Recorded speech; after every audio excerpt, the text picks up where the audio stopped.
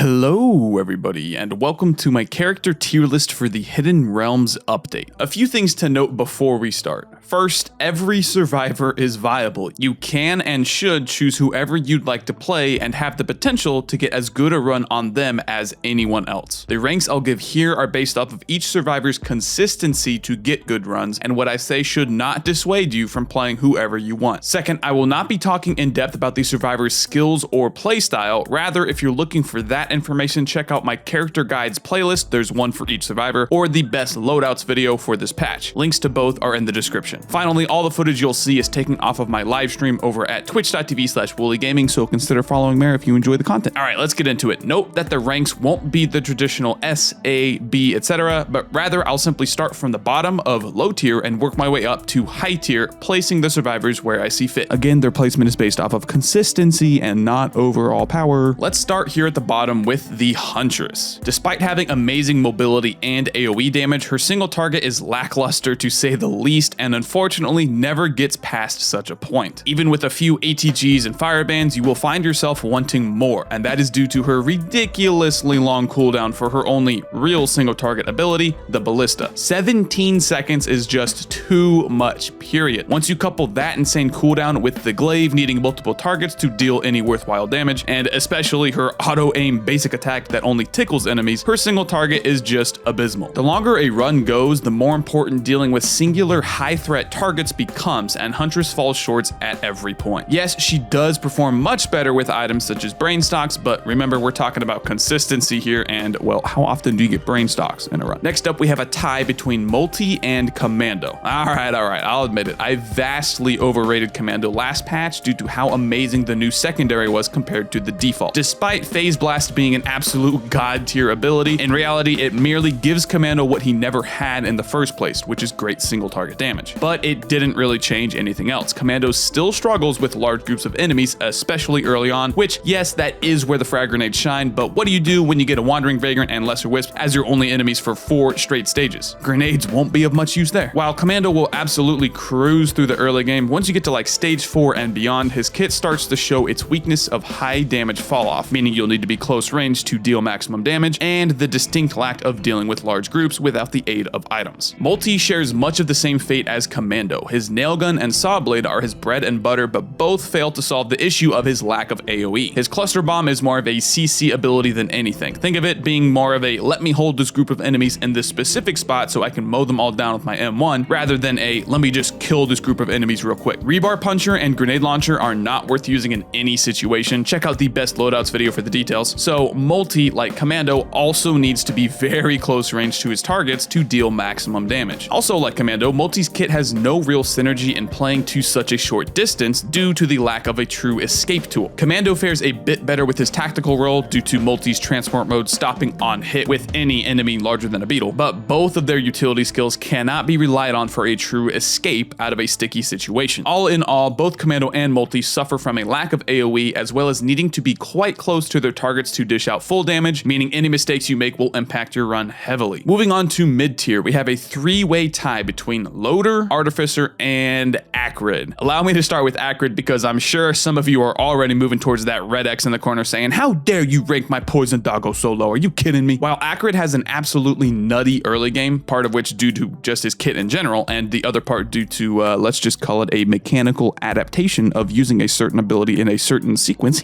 After playing Acrid more than your initial few runs, you'll quickly realize that something just feels off. That something is the absence of actually killing things. You'll notice that while you're hitting literally everything on your screen, nothing is actually dying due to your poison leaving them at 1 HP. You may be saying, Woolie, that's what items are for. A single gasoline, tri-ship dagger, and especially ukulele or will-o-wisp is all you need. But in reality, that's not quite the case because you still need to proc those items. Aside from his secondary, which is a single projectile that can only hit one target, and special, which deals very low impact damage, Acrid has an issue of just finishing off those low HP targets. And by low, I do literally mean 1 HP, as your poison will absolutely deal enough damage to get them that low. Just it can't land the finishing blow. What's the difference between a group of overloading wisps with full HP versus 1 HP, you ask? Nothing. Absolutely nothing at all. You're still just as dead. Now, don't take all of what I said about Acrid here to mean that he's a bad choice. That is nowhere near the truth. His strengths just don't make up for his distinct weaknesses, is all I'm saying. At least not enough to get him into high tier. Maybe in multiplayer matches, Acrid is more viable due to poison dealing % health damage, but for us single playing boys, he absolutely belongs in mid tier. With loaders, she's actually in a pretty good spot overall. The new addition of Thunder Punch as her alternate utility means that you can play her both as a pseudo ranged assassin with the default one, or a true melee survivor who happens to have some crazy mobility as well with the alternate. However, I do find that my loader runs feel a bit weak past the first loop, regardless of how many items I have that synergize with whichever playstyle I'm going. Even when finding an energy drink or focus crystal pointer, loader's gameplay loop of waiting for shift to be up falls short after a given time if you can't keep up in the RNG department. With the last spot in mid tier comes the Artificer. While she hasn't gotten any worse with the update, she also hasn't really gotten better either. We've gotten new items like Razor Wire, which bolsters Rex playstyle by a tremendous amount.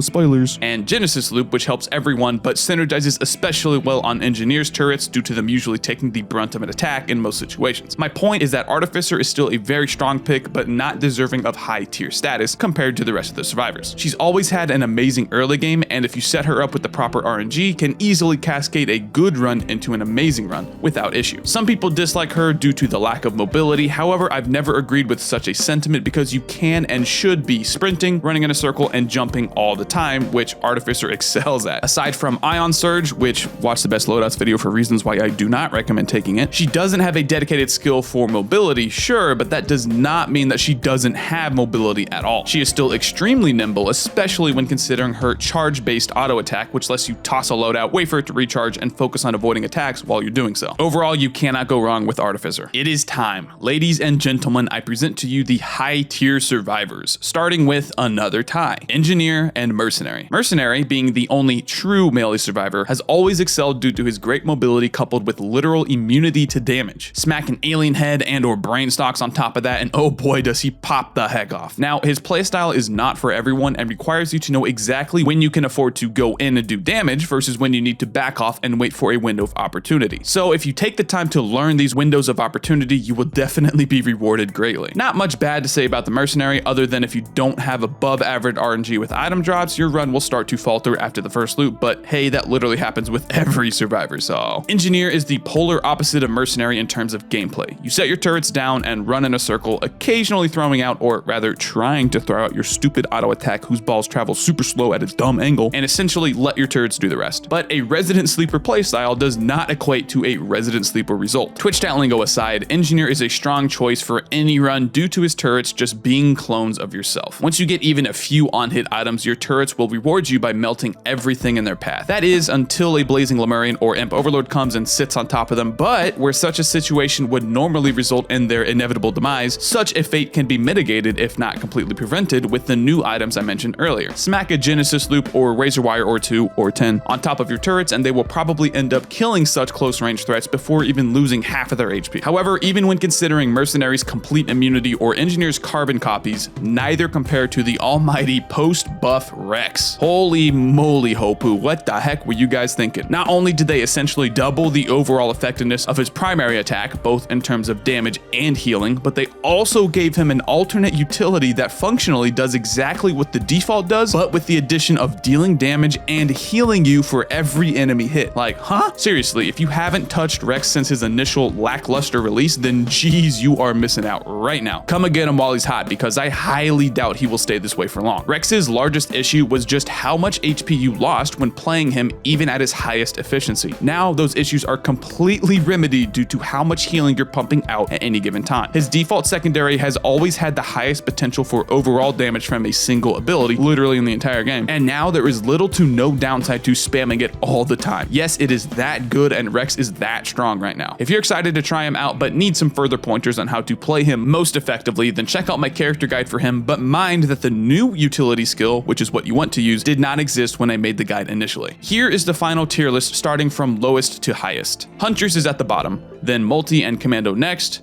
with Loader, Artificer, and Acrid in the mid tier. Engineer and Mercenary tie for high tier, while Rex sits on his own pedestal as the definitive example of a consistent survivor on the current patch. If you have questions or simply different thoughts on what I've said here, let me know by leaving a like or dislike on the video and typing a comment down below. If you enjoyed the footage in the background, you could check out my stream over at twitch.tv/WoolieGaming and also consider joining our Discord server for a place to hang out with others and talk or play Risk of Rain 2. Thank you for watching.